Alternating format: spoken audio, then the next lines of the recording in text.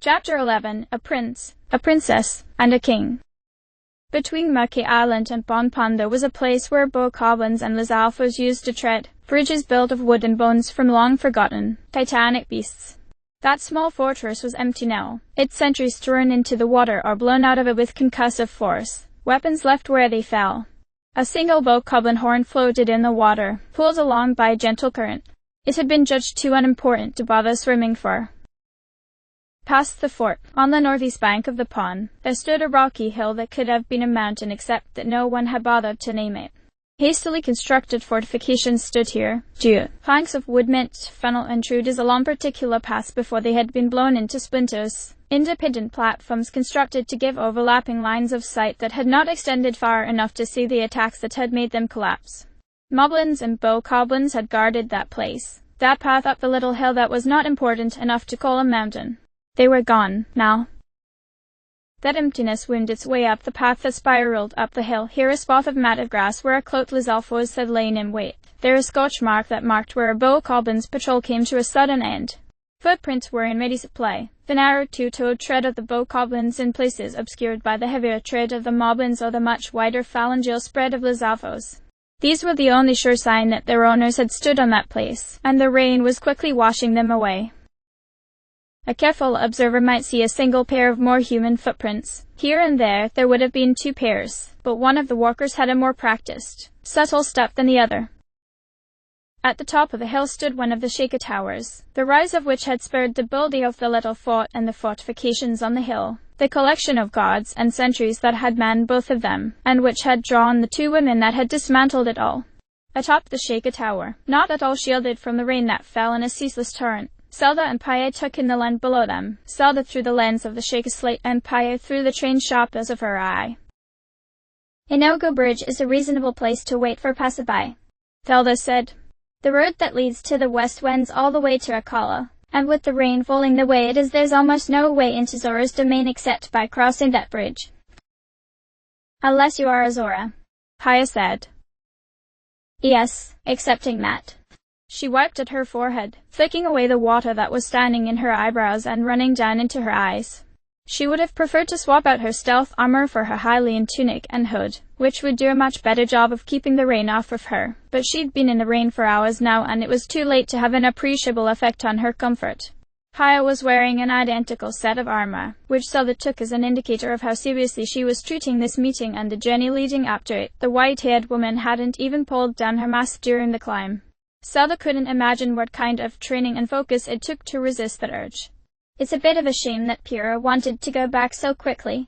I think she would have liked seeing a Shaker tower up close. That struck Paya enough to pull her out of her vigil, and she looked at Zelda, quietly thoughtful. Then, I think we would have been hard-pressed to get her to come along. She was very eager to share her findings with Simon and get back to work. The question wasn't spoken, but Zelda could hear it hanging in the air between them, so she waited, filling the time by estimating the margin of error the two of them would have if the chosen aerial approached to the shrine that sat above the bridge. Paya was deeply curious, though not wholly used to asking questions which hadn't been set up for her. As Zelda wondered if that was perhaps Impa's fault, Paya finally asked, "What was it like when you showed her what you were doing to the Guardian?" It was a function of her own self-centeredness, Zelda supposed, that she had never thought how that experience must have been like for Paya. Anchored in the physical world, focused solely on protecting her charge and her great-aunt, Paya had probably only drawn 3 or 4 breaths in the entire time it had taken Zelda and Pyrrha to finish their tasks. When she had felt the need to test the Guardian's reactions, it wasn't simply because she hadn't been aware of what had happened. It was because she couldn't be. Pyrrha and Zelda had been occupying an almost completely different reality, sharing and it had been impossible for someone who wasn't experiencing it directly. It is difficult to put into words. She shut off the Shaker slate, hung it from her belt. Do you remember how you said it felt when I gave you part of Hylia's power? That you felt light and aware of yourself? Paya nodded, and Zelda breathed slowly, taking the moment's pause to try to arrange her thoughts. What I did for Pyrrha was anchor her consciousness directly to mine. Not in fullness. She didn't experience things in the same way I did, but she had a similar perspective. She sensed the world around her, the objects and people and the invisible energies coursing around us, as directly as you might feel sunlight on your skin. She could see the world and herself in Not the same way as Hailey would see those things, but very closely. Oh, I'm not saying this very well. Imagine that your eyes and your hands are like words written on a page, describing an actual event or a place. The way the world looks when you use the goddess power is as far removed from seeing with your eyes as seeing with your eyes is from words written on a page. The words were clumsy out of her mouth. She could feel her tripping over the ideas even as she tried to string them together, but Paya nodded. Her mask made it hard to read the set of her mouth, but her eyes told the story well enough. She grasped what Zelda was saying, in principle if not in fact. Then, I wonder if there might be value in that lesser experience. Still, to read words on a page, we can build a world for ourselves and invest in it grandeur and meaning that our eyes would be hard-pressed to perceive on their own. With that, she turned back to her watch. Zelda said nothing. There was nothing for her to say. Paya's words had, in a way, sent her spinning. On their face there was nothing wrong with them, though they ran counter to her own experiences. There was a kind of profundity in the awareness of the goddess that was further removed from the experience of her senses than she could communicate with crude words, layers of understanding that unfurled in front of her in ways she hadn't imagined before. But then, couldn't that speak to a deficiency in her thinking, rather than in her senses? Was she confusing breadth of awareness with profundity? Did it make sense that to see something with one's own eyes was necessarily more meaningful than the act of thinking on it? Did Hailey's awareness exist on the far end of a spectrum of meaning where one's own thoughts were the least meaningful? The question arrested her for longer than she would have liked to admit, and she said nothing for the rest of the time they spent deciding on their next course of action. They agreed on where to go next and leaped from the top of the tower, the rain beating a staccato rhythm against their paragliders. Sidon, Prince of the Zora, son of Dorephan, brother to Mifa who was lost, stood with arms crossed at the top of the tower standing at one end of the Noga bridge. His guard here had been long, stretching out over the past several days, ever since he had sent out a few of his trusted contemporaries in a search for a suitable Hylian. Some Hylians had come by, of course, and he would never go so far as to say that they were not suitable to the task that he meant to ask of them, but each of them had either run away immediately upon his greeting them or else had opted not to hear the request he had for them. So, he would not give up hope. There was always plenty of hope to hold on to. He was sure that a Hylian would answer to his summons soon, as sure as he was in his compatriots, in himself, and in the essential righteousness of the world.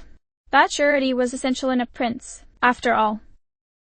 He never saw the two Hylians. They were assuredly not Zora, nor Gorons, nor Rito, none of whom would move through the storm in the same way these two did, and they were much too small to be Gerudo of traveling age. Directly, they were silhouettes that were tracing spirals up the hill nearest to the bridge. He never would have seen them at all, save that they were thrown into brilliant relief by occasional eruptions of blue light and force, and the path they took up the hill was marked by the screams of monsters and the telltale puffs of smoke that marked the places where the monsters died. He was actually taken aback by the rapidity of their movement up the hill, and the relative quiet of it. If he had tried to make the same trek himself he could have bested the beasts, perhaps, but the methodical stealth of their ascent was something well beyond him. Most of the monsters never knew they were there. Even the Jaeger clan were not purported to be so skilled. Their ascent stopped at the base of the strange tower that had emerged from the top of the hill, or at least he thought it did, as he heard and saw nothing more of them. What a thrilling possibility presented by the sudden quiet. Were they making their way down on foot, now, on the same path they had taken before? Would they be taking a more direct path, skipping down rocky outcroppings that Zora legs would not be able to navigate? Would they come toward the bridge? Well, he hoped they would. Anyone who could fight so valorously and skillfully against the forces of the calamity must be mighty indeed. Exactly the sort of person who Zora's domain needed in this desperate hour. The idea of meeting them enraptured him, but he resolved to be patient. If he was patient, perhaps they would come to him. If they did not, he had a better idea about where to send people in the search for these strangers. Given that they were Hylians, and not Rito, he was not watching the sky, and in the dark of the rain he would not have been able to see them clearly regardless. It would be cruel to blame him for not seeing them, but Sidon was, perhaps, slightly cruel in the standards he set for himself. Luckily, he did not have enough time to reflect on this. Above him, near the shrine that had begun to glow only a few weeks back, he heard Torfo cry out in alarm. "What in the world? Torver?" He could not make himself heard over the rain, and she was too distant for him to reach in a hurry regardless, but he began thinking of the best way to try to scale the walls of the cliff to the shrine. Even slipping in the rain, he would reach her faster that way than by taking the long way around from the path to Akala, and if something could make Torfo cry out. "I think that is probably my companion," a soft, polite voice said behind him. Sidon did not start. Not he was not especially difficult to surprise, but to startle him would require much more than one person sneaking up on him. He turned with a practiced slowness, not trying to hide how inquisitive he was feeling. The words could have easily been a threat, but they were not spoken so. They were an explanation and an apology rolled into one, speaking to a very careful verbal schooling that would have been the envy of any dignitary he had ever met. The Hylian before him was a woman, unless he was badly mistaken, and wore the combat garb of a Shaker. She was not Shaker herself, judging by the golden color of her hair and by her accent, but she seemed to have had some Shaker training, or else she wouldn't have been able to get the drop on him. Her eyes were immediately arresting, clear and fierce and forceful in their regard, the eyes of a woman with a mission who would see it through to the end no matter the effort or personal cost. Instantly he saw in her the essential qualities most necessary in a person that he had been seeking, far more important even than the fact that he was sure she was one of the two that had wiped out those monsters, that she had already proven herself a warrior worthy of renown. "Please forgive our rudeness," she continued before he could reply. "My name is Zelda, and my companion, who will be joining us shortly, is Paia.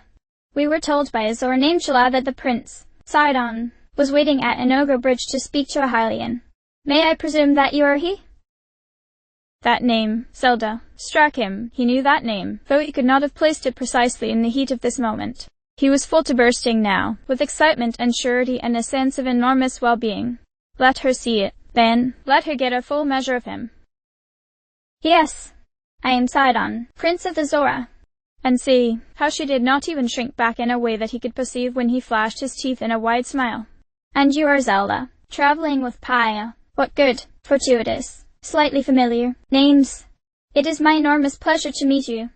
Yes, as you have heard, I am searching for a Hylian, and I am hoping that you will be the one that I was looking for. I must admit I've been watching you. I saw your scaling of the hill, the way you dispatched those monsters on the way up to the top. Such skill, and speed, and courage. Zelda, tell me truly, you are considered a mighty warrior among your people, yes?" Was it modesty that gave her pause, or an analytical acuity that she was actually turning toward the question? She broke eye contact with him, ridding herself of the distraction of his face, staring at a point in the middle distance. He did not rush her, not daring to interrupt whatever process would inform the answers she might give, regardless of how long it took. The answer was not instant, and probably was not easy to formulate, so much the better. How much more genuine a considered thought might be. "I am not considered one," she said, "because so few know of me." Her eyes turned to him again, and now they carried a challenge, a statement, and it struck him how like Hylian and Zora expressions could be. "I can fight. If I am not mighty, then I have other avenues for addressing challenges, an ability to confront problems that will bring the mighty to their knees." Sidon's soul was like a fire. He had been told that since he was very young, and he had much liked the comparison. He was hot where his sister had been cool, could use his presence to fill a room that might otherwise feel empty, and he had been told that the force of his personality was such that it could overwhelm anyone he spoke to without him meaning for it to. A weakness in a dignitary, but strength for a warrior. They called him indomitable. That was not true, and he realized it in that moment. Hearing that woman speak, recognizing the truth of her belief if not the fact of her assertion, made him feel like he was brushing up against something much larger than himself, perhaps larger than the crown he would wear. This Zelda, standing at less than half his height, carrying what he now noticed were several weapons, gave off a sense of authority and power that was belied by her frame. What was it? He had an eye for potential, for personal quality, but he could not quite pinpoint what it was that made her so exceptional, save for something at the very core of him screaming that she was, and that she was exactly what his people needed. The realization passed in the course of a moment, only as long as it took him to flinch back from her words and for his mouth to turn upward in a grin. Truly, he was the most fortunate of princes. "Wonderful. This is most wonderful. I could never have imagined, or even prayed, to be so lucky as to meet someone like you. Zelda, will you travel to Zora's domain, the home of my people, and meet with me there? The Zora are in terrible need, and you may be the only one who can help them." Now her response was instant. "Yes. But as it happens, I would ask two things of you.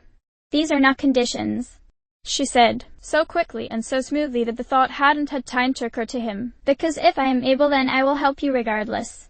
Consider these requests, made with no relation to what you have asked of me. She held up one finger. My first request is that whatever allowances or accommodations you make for me should also be extended to Paya. She is a great warrior, but I am asking you to extend these kindnesses to her because she is my companion. Of course, I am more than happy to extend the friendship of the Zora to anyone who would help us, and their companions to boot. He hoped the next request would be so easy. Thank you. The other matter is that I was actually going to try to reach Zora's domain regardless, though for my own purposes. Once the threat to your people has been addressed, I would be very grateful for whatever assistance you can render in helping me reach the divine beast Faruta. I intend to see it restored to its original purpose. The words were like ice thrown on his back on a warm day, a shock so severe yet so harmless that the thrill of it made him laugh out loud as his brain crackled with new energy. Of course, that is what she would ask.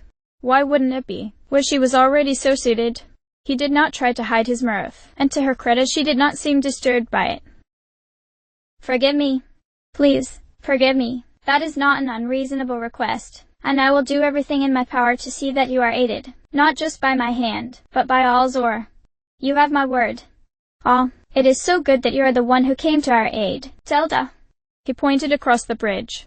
Follow the road and it will lead you straight to Zora's domain. I have no doubt that you could reach it by other means, but this rain has made the surrounding cliffs almost impossible to scale.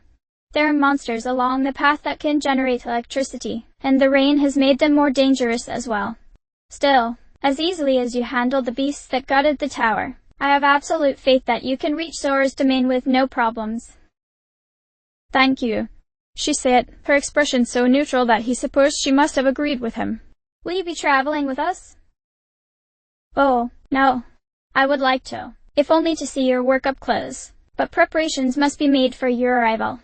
We Zora are strong enough swimmers to take the river upstream, even in this downpour, and I am the strongest swimmer among my people. With that in mind. Oh, but he was forgetful to the point of rudeness. He reached into a pouch at his belt, drawing out a small flask of potion. Forgive me. This is only a small thing, a trinket, but please accept it as a token of my faith in you. Drinking it can provide Hylians with resistance to harm from electricity, I am told. He held it up to her, and she took it with smooth grace, inclining her head in thanks. Wonderful. Then I will see you at Zora's domain. The energy within him was building until it demanded an outlet, and so he leaped backward off the tower, turning in the air, feeling the pull of gravity guiding him so that as he twisted he was always pointed in a right direction. He was breathless, weightless, for a long second before plunging into the water. Prince Sidon was as good as his word. He slipped into the water with barely a splash, in spite of how enormous he was, and once he was submerged he was off like an arrow, cutting through the water without disturbing its surface. He was a red blur who passed out of sight almost immediately. What do you think of him? Zelda asked. He's very boisterous. Paya stepped out of the shadows of the bridge where she'd been watching from just out of Sidon's line of sight. He's definitely the Zora Prince, and I think we can trust him, based on the stories told about him. By which she meant accounts of his deeds and attitudes that had been meticulously verified by Sheikah observation, Zelda guessed. If he says he's going to help us, then he intends to. That is good to hear. Then, is he the reigning monarch? No, that would be his father, King Dorephan. I don't think that will be a problem, though. The king has been a friend to the Hylian royal family for a very long time, and he is supposed to be of generous heart. There shouldn't be any conflict between Prince Sidon's promises and what he can deliver. Zelda hadn't imagined that it would be a problem. She could not have said why, but she trusted Sidon almost instantly. Perhaps it was how open he was about seeking to help his own people. No, that was just what one would expect of any monarch who was worth keeping around. Was it that he was willing to seek help outside of his people? Was she just responding to his acknowledgement of his own inability in the face of an obstacle he wasn't prepared to overcome? If so, shouldn't she be wary that perhaps he was simply more willing to throw away the lives of someone other than his own people? But no, if that were the case, then probably he could have sought any of the other peoples of Hyrule. Whatever he needed must have been something only a Hylian was qualified for whatever reason. She returned to the here and the now and turned to Paya, fairly sure that Sidon was no longer close enough to look at them without them knowing. I heard someone scream when you landed. Was there trouble? Paya looked away, abashed. I frightened one of the Zor gods, Topher. Neither of us hurt the other. She's a very good fighter, though. Zelda could not have guessed how Paya might have ascertained that. She had an image in her mind of the Zor lashing out with whatever weapon she had been carrying and Paya turning away what would have been a killing blow with her own weapon, or a shield, or even a forearm. More likely Paya had managed to talk her way out of it and had ascertained that Topher was very skilled based on the way she held her weapon, or some other metric that would have been utterly inscrutable to Zelda if she had been there. Now that she thought of that, she was lucky that Sidon had not responded violently to being surprised. She had not thought he would be so inclined, but guessing games were a losing proposition in the end. Well, it had turned out well enough. I warned her that you would be coming, and what she would see before you arrived. She held out the Sheikah slate. I activated the travel pad as you instructed. You should be able to teleport there. She took the slate, feeling its weight in her hand. That was good. She had worried that the device being registered to her had meant that Paya might not be able to use it, but it seemed to have worked regardless. Thank you, Paya. As eager as Sidon was for us to travel to meet him, I think he can still wait long enough for me to progress through the shrine. I will be back as quickly as I can. She keyed her destination into the map and disappeared into strands of light. In the depths of the shrine, Zelda threw herself against a guardian designed to test someone mightier than herself. It did not matter, dry nerves and fleetness of foot and the careful application of explosives, she triumphed, and when she rejoined Paya she was carrying a new sword and a new shield. Their trip along the road to Zora's domain was not eventful, in the sense that such a thing could be uneventful. Paya carried a spear, while Zelda carried a sword and shield that did not conduct electricity. They moved quietly, soaked through and unmindful, the rain masking their footsteps as they drew up behind the Zalfos and bokoblins. They were never spotted, save by Keese, and Keese did not raise alarms. The new sword cut as well as the one she had carried before, its glowing blue blade as sharp as any steel one she had ever used. The shield was just as wondrous, a sort of circular emitter that formed a flat disc with no added weight, but of course she had no opportunity to test it. The road was long, and wet, and quiet, and they spoke little. Divergent paths would split off occasionally, and the languid pace of their journey was punctuated by the quiet minutes Zelda spent walking these lonely trails to find disparate stone monuments that dotted the domain. They were not in perfect order, or else were meant to be viewed by peoples who did not need to walk along these paths, but every time Zelda found a new one she would stand before it for longer than its predecessors, recording the words she found and then standing in contemplation. Paya read, too, but if she recorded the words then it was only in memory, and far more time was spent considering Zelda's expression. The contents of the monuments, the history of Zora's domain, of the reservoir, of the ancient princess who had loved a swordsman, on and on, on. To Zelda they were new things, windows into a past that she wondered if she had been educated on, perspectives on events that had occurred while she slept. She could feel the past there, history guided by the hand of the goddess, as firmly as if it were pressing against her chest and forcing the air from her lungs. Eventually they came to a steep hill, on which a moblin stood sentry. Once past the moblin, Zora's domain spread before them. The bridge was a bridge between worlds, crossing an expanse of open air and water, bathed in glowing lights which never dimmed or needed fuel. To cross the bridge was to actively leave the world behind you. To step into the realm of the Zora as surely as crossing into a dream, another life entire. Rising above the city was an enormous fish or whale with its tail raised as if to fan at the sun, and the rest of the domain spread out beneath it like ripples in stacked pools of water. Artisans moved with practiced surety and a newborn urgency to maintain the integrity of the ancient edifices, wending their way up the twisting staircases that lead between different layers of the city. Children ran amok, shrieking with children's laughter as they raced to the higher levels of the domain and then rode down the channels of flowing water, leaping to solid ground only a level or two before the channels opened into free-flowing waterfalls that pooled in the massive lake above which the city was suspended. As Paya and Zelda crossed the bridge the domain seemed to spread, an effect caused by their crossing of the walls erected against no threat save for architectural blandness. This feels like stepping into a pool, Zelda said. Isn't it incredible, the way that it draws the eye in so many directions, how a feeling of water is conveyed through stone. The architecture is. It's breathtaking. You could make a lifetime of study out of it. Many of the Zora have.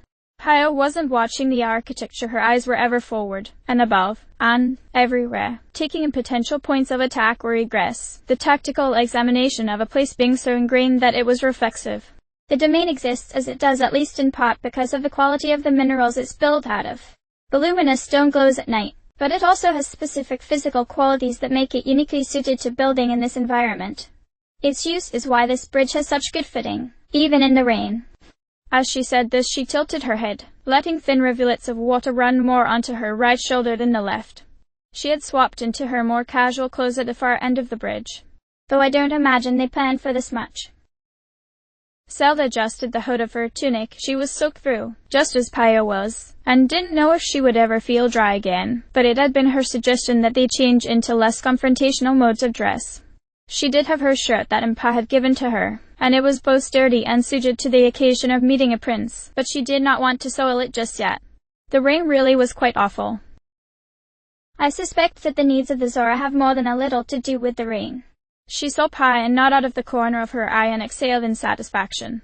Paya was well versed in the different cultures and peoples of Hyrule, though she had never traveled beyond Kakariko village, and to have Paya agreeing with her felt like a validation of her own ability to read a situation. That was silly, maybe even petty, but it was also true, and she would continue to draw pleasure from it.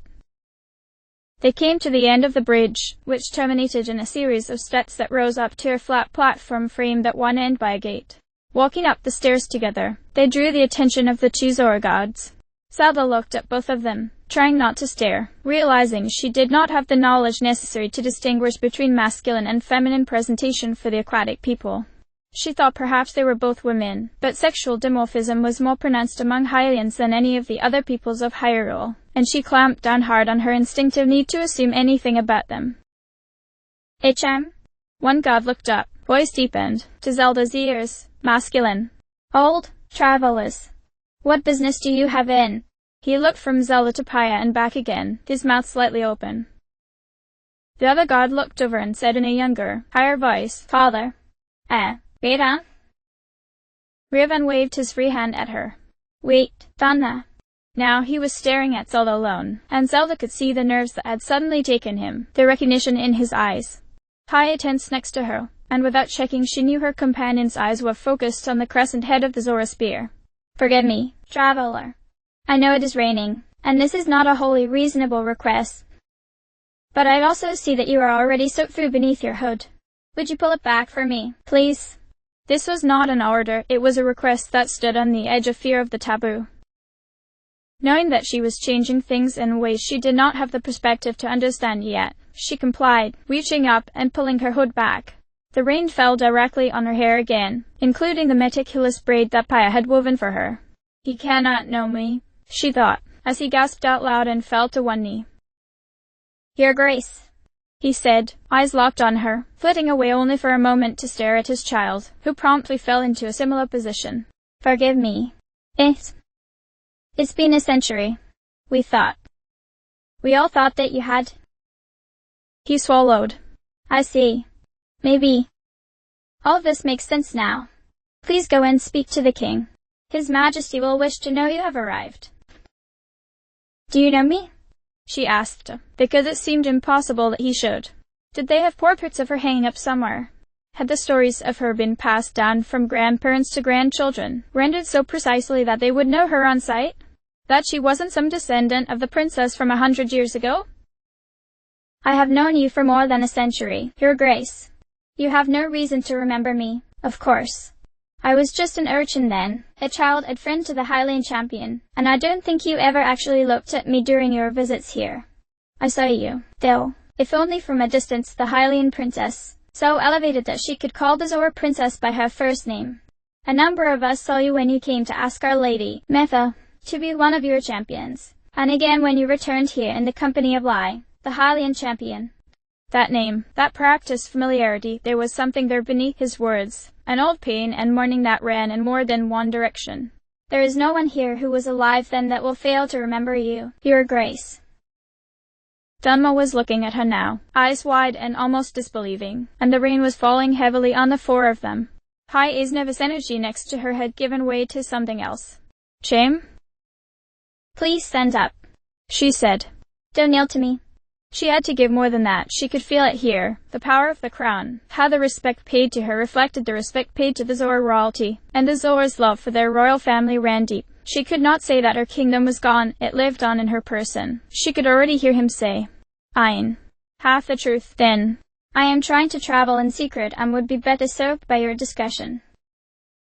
Instantly Revan stood, and after realizing the severity of his posture he visibly relaxed, with effort. Dunma followed suit. Of course, Your Grace. If that is the case, please keep your hood up until you reach the throne room. I can't guarantee you won't be recognized. And his expression said that in fact he expected she would be recognized almost immediately. But you stand a better chance the less of you we can see. He paused, visibly wrestled with something he wasn't sure if he wanted to say, made his decision. Avoid talking to any of the elders, if you can. They are more likely to recognize me. It made sense. Those who were adults during her last visit, though how old would they be, now? How long did Zora live? Would probably have more distinct recollection of her. No, Your Grace. He looked away, not to see anything in particular, but because he could no longer meet her eyes. There is a disagreement among the Zora. Those of us who were young then, the contemporaries of our princess, the ones who knew Link. He failed to notice his slip. We understand what happened during the calamity. No one could have predicted that, much less stopped it. The elders, though, do not see it as we do. He inclined his head to her. This seemed as much as he was willing to say. Thank you, Zelda said, because no other words seemed appropriate, and none at all could be sufficient. She and Pai inclined their heads to Rodan and Dunma, and then she pulled her hood back up. They walked past the guards, down the shore path to the gate that led into the city proper, avoiding the gaze of the artisan who was attending to the stonework. She felt the weight of eyes on her, told herself that this was only paranoia and ego, knew on a deeper level that that wasn't true. They needed no direction. The layout of the domain was almost naturalistic, lines of importance flowing out from the mouth of the enormous fish that formed the crown of the city. If this was the Zora's domain, laid out like streams of water running over stones, then the source of that dominion must have been the abode of the king. Still, they did not start immediately. The beauty of the place, its insistent concrete wonder, anchored their feet and demanded that they give it more than a moment's attention. They stood for what felt a very long time, the dark of the rain giving the luminous stone an eerie, otherworldly air that it shared with all of the stone around it. A statue stood at the center of the main plaza, depicting a Zora woman. This one she could tell instantly, though she was not sure why, standing in repose with a trident. The light reflecting off of its rain-slick surface gave it a quality very much like life, though that life was cold and hard and unmoving. As they ascended the wide, gentle staircases that lead to the upper levels of the city, they passed by what seemed like a much older Zora. Zelda knew she was better served by not looking, and more so by not staring, but as they drew near to him Zelda saw that the old Zora was standing beside a bundle of shock arrows, set against a pillar so that their tips were held aloft. As she watched, the Zora touched the electrically charged arrowheads with a visible and audible crackle of electricity. He winced, pulling his hand back in pain, hissing through his teeth. Then he repeated the process. Again. And again.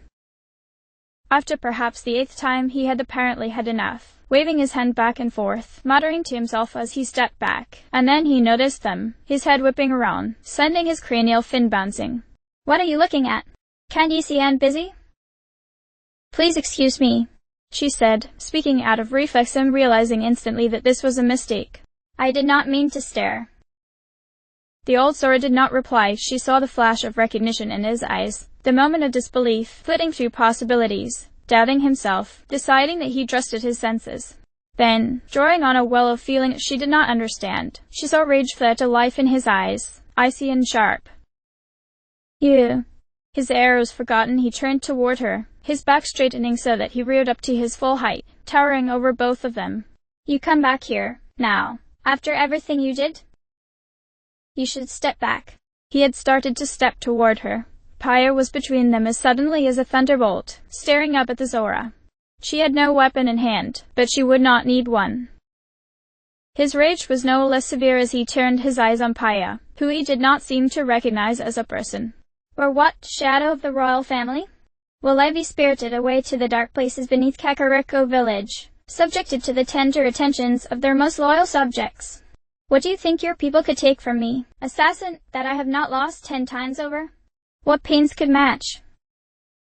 Paya did not make a sound, and she did not flinch. Doubtless her face betrayed nothing. Zelda could only see her back, the very mild trembling in her hands. The elder Zora looked at her again, and his expression shifted still more, as if he was remembering something even more terrible than before, and what she saw in him then was grief that had grown old and festered and never been allowed to heal. You take her away from us, and after. He balled one hand into a fist, held it against his head as if the pressure would preserve the wholeness of his thoughts. After everything between them, he manages to protect you, but not her. Neither Paya nor Zelda moved. Zelda scarcely breathed. She did not understand. She did not want to. All at once the Zora seemed to collapse in on himself, his stoop asserting itself against the rigidity of his spine, and he looked so tired as he turned away from them. Oh, our prince is waiting for you, because he believes that there is something in you worth believing in. So many of them do, because they were children. He reached out with his hand, touched his fingertip against a shock hair, held it there as electric current arced over and around his flesh. It was a long, terrible second before he drew his hand away from it. But some of us remember. Oh, Princess of Hyrule. Let the prince believe. In time he will learn as we have. The only thing that Hylians can do, when we need them, is fail. They did not stay longer. They left him there, nearly fleeing up the stairs, not daring to look back.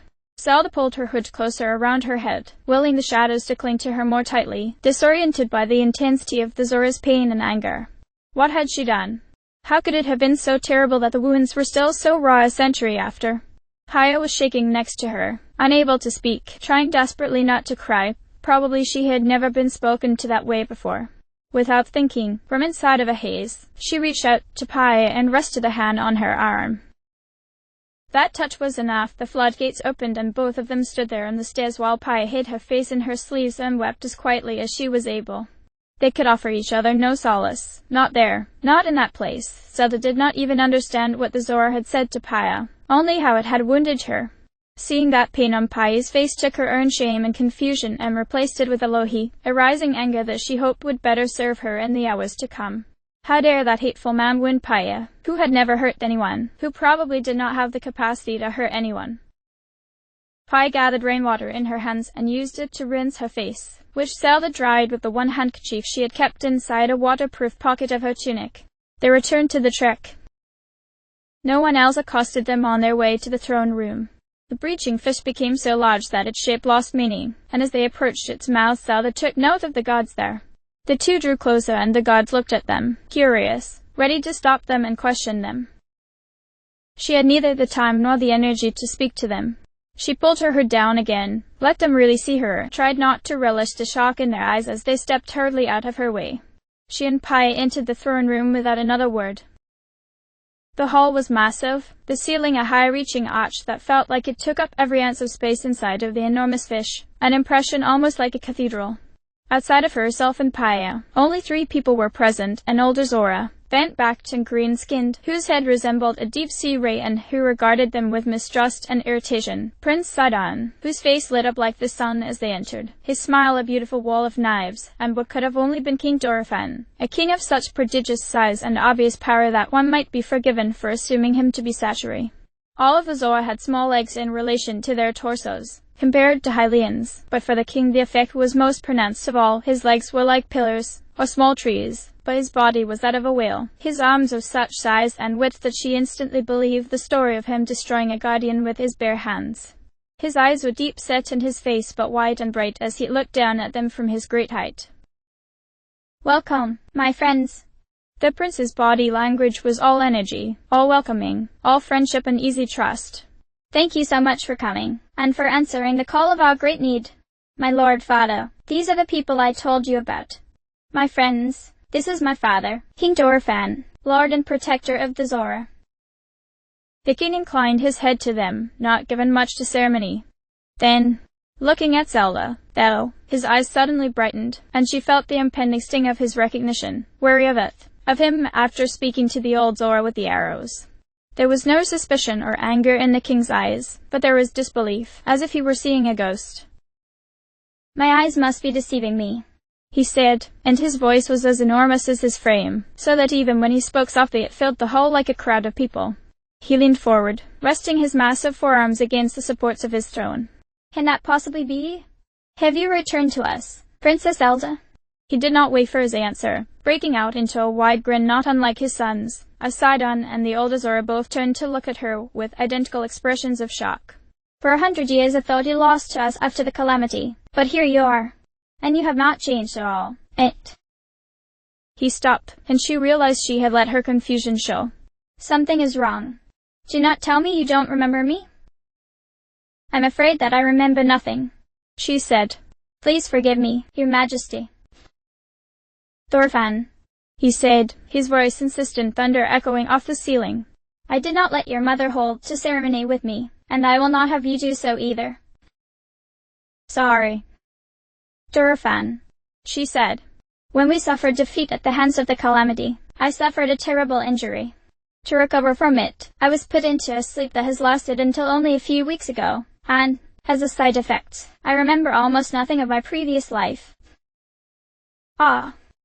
The derisive bark came from the side of the throne opposite Sidon, the hunched-over Zora who was regarding her with wide-set eyes full of contempt. Are we supposed to just listen to this drivel? That she's Zelda I do not deny. Anyone with eyes can see her, unchanged, after 100 years, looking exactly the way she did the day she took Princess Mipha away from us. Muzi, Thorfinn said, a warning, not just for propriety. No, Your Majesty. I will not stand here and listen to this woman attempt to obviate responsibility for the tragedy that has befallen us. To listen to her in anything is an insult to your people and to the harms they have suffered due to her failures. The pressure in the room was too much, the force of the personalities in it like storms vying for position inside a terribly limited space. Sidon's voice exploded. Muzi, how dare you speak that way to your king and his guests? Do you presume that the hurt you have suffered, that we have all suffered, means that you may heap abuses on the people who would help us? Just as the divine beast Faruda turns against us, Zelda returns, and if I'd known that she was the Zelda, I would have carried her and her companion here on my back. They are the salvation our people have been praying for. Wuzu growled, seeing that he was fighting against tides mightier than himself, and threw his hands up. This is foolishness, and I will not be part of it. Ask the princess for all the help you want, and I will pray instead that we do not suffer a repeat of the tragedy that befell us a century ago. Some of us will not forget. And he stormed out, as much as he was able to. Sidon made a start, as if to go after him, but King Thorfinn raised a hand and the prince was still. The room was quiet for the breadth of seconds that it took for the king's enormous diaphragm to expand and remained so for the length of his cavernous thigh. I am sorry, Princess. Muzu speaking out of pain. He was Mipha's personal tutor, and she was very dear to him. Many of the elders here loved Mipha fiercely, and for many of them that love made their wounds more terrible, more likely to fester. It's given rise to something else. He bowed his head in apology, a mountain moving to communicate his sorrows. Please forgive him, and the others. I fear they will carry that pain until they die, and never stop punishing themselves for not keeping Mipha with them. How to speak to the nun as she felt. To have hurt someone without knowing that she did so, and then to be confronted with that hurt, blame for it to cycle through surprise, and shock, and anger, and then unspeakable shame. It was enough to leave her bereft of any feeling, numb to the touch of words and people and the gentle hand of a friend resting on her shoulder. It was as if she could no longer think, and did not wish to. But something was alive inside of her, and it pulled apart the most obvious part of this. She looked to the king and the prince, and when she spoke her voice did not crack. Where have you to, then? Surely your pain is no less sharp. Surely your hatred is just as severe. Father and son looked at each other, their eyes speaking the secret language that only families share, and then Sidon said slowly, gently, I do miss my sister terribly, of course. I was only a very small child when I saw her last. I remember her as a presence rather than as a person, and it is only because of the statue in the plaza that I know her face at all. What I feel is very different from what the elders must carry. And I, Dorovan said, miss her far more terribly than do any on the Council of Elders. These words, said so simply, had all the weight of boulders rolling down a hill, promising to destroy anything that impeded them. Seguin was her instructor in the spear and thought of her as the daughter he never had. I think his love for her, his devotion to her learning, was so pronounced that it affected his relationship with his son, that is how much he loved her. A long pause, and the stone of his chair groaned beneath him as he dug his fingers into its arms. But she is my daughter. It is impossible to explain the love a father has for his daughter, how it differs from his love for a son. Still more impossible to explain the pride of a monarch who sees in his child the future of his people, the boundless love each has for the other, and... He stopped, and did not continue, and Zelda found that she couldn't keep her hands from shaking. Forgive me, he said at last. You mean to ask if I resent you, as the other elders do? I do not. I knew the stories of Ganon as well as any monarch, knew when Myth agreed to pilot Far-Ruta that it might be the last thing she ever did. I pray every day for her release, but every day I am confronted with my own powerlessness to help her. The biggest difference between me and the other elders, Princess, is this: I know that I am the one who failed. Time was a sticky haze that insisted on clinging to her. Sidon's voice cut through it. Forgive us, Zelda. It has been a long day, and my father and I both need our rest. That was not true. Sidon could have swum back to the place she had met him and then returned to this spot 3 times before needing to stop, but he was trying to be kind. There is an inn on the main plaza, and I have made arrangements for both of you to rest there. We will meet tomorrow and discuss the problem of Divine Beast Far-Ruta. It did not register for her that the Divine Beasts, the greatest example of ancient technology in the world, was the thing she had been summoned to address. She said her goodbyes, and so did Sidon and the king and Paya, and the 2 women walked out of the throne room together. The inn was warm and dry, and the open walls let in the sound of the rain very clearly. Paya had been hearing it all day, but there was a pronounced difference when listening to it with the smell of hot food in the air and the clean bed waiting for you. Zelda had been almost wholly listless since leaving the throne room, barely managing to mumble her way through introductions with the couple running the inn, so badly shaken that Paya had stepped in to finish laying out the particulars of what they would need. It was still early enough that they should be able to rise with the sun and be well rested. They were brought hot bowls of rich, thick soup, redolent with spices and chunks of hearty salmon. It was a meal to relish, but Paya found herself distracted by watching Zelda, praying she would not have to remind her to finish her food.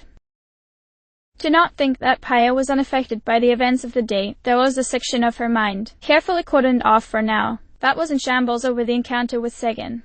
Paya loathed violence on a philosophical level, wished terribly for a life that would not require it of her, but at the same time she had never been one to shy away from the history of her people.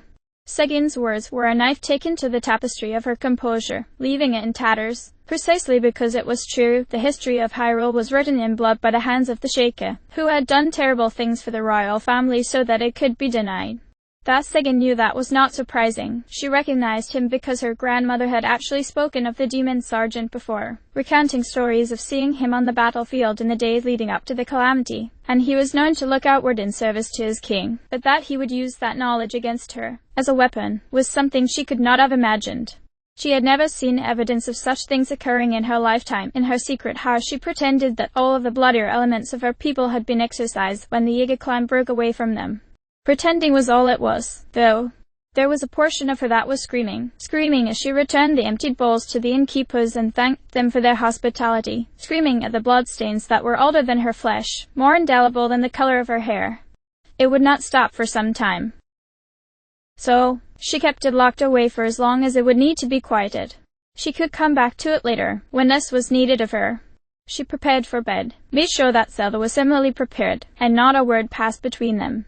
She prayed that morning would find the princess, because in Paya's heart she was still the princess, as often as she would deny it, in better spirits, and readier to face the challenges of the day. Zelda was asleep almost as soon as she lay down, her exhaustions both physical and emotional pulling her down into what was probably a dreamless oblivion. Good. That was a mercy.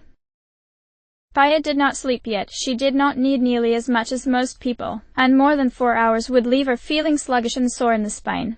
She would sit up for a while, partially to keep watch but mostly to organize her thoughts. Her mind returned, over and over, to the thought of Pura and Zelda sharing perceptions for the study of the Guardian. To Pura and Zelda it had seemed a tool, but to her it sounded like a synthesis of consciousness, an act and state of being of such immense intimacy that it beggared her imagination to do more than gesture at it. Such a thing would be almost like becoming the other person, sharing with them and of them in ways that surpassed the physical or even the emotional. She had told Zelda that there was profundity to the less direct experience, and she believed that to be true, but she had also lied in saying it the way she did. She wanted nothing more than to see the world, and Zelda, and herself, in the way that Zelda could. To share sensation with her. To share being. The idea of it sat in her stomach like a ball of hot iron, pressing down, and she had to try to force it out of her mind.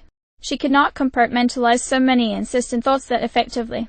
She had to try to exercise them, somehow. She knew what had to do, no point in putting it off. She sat on the side of her bed, watching Zelda for long enough to be sure that she was asleep.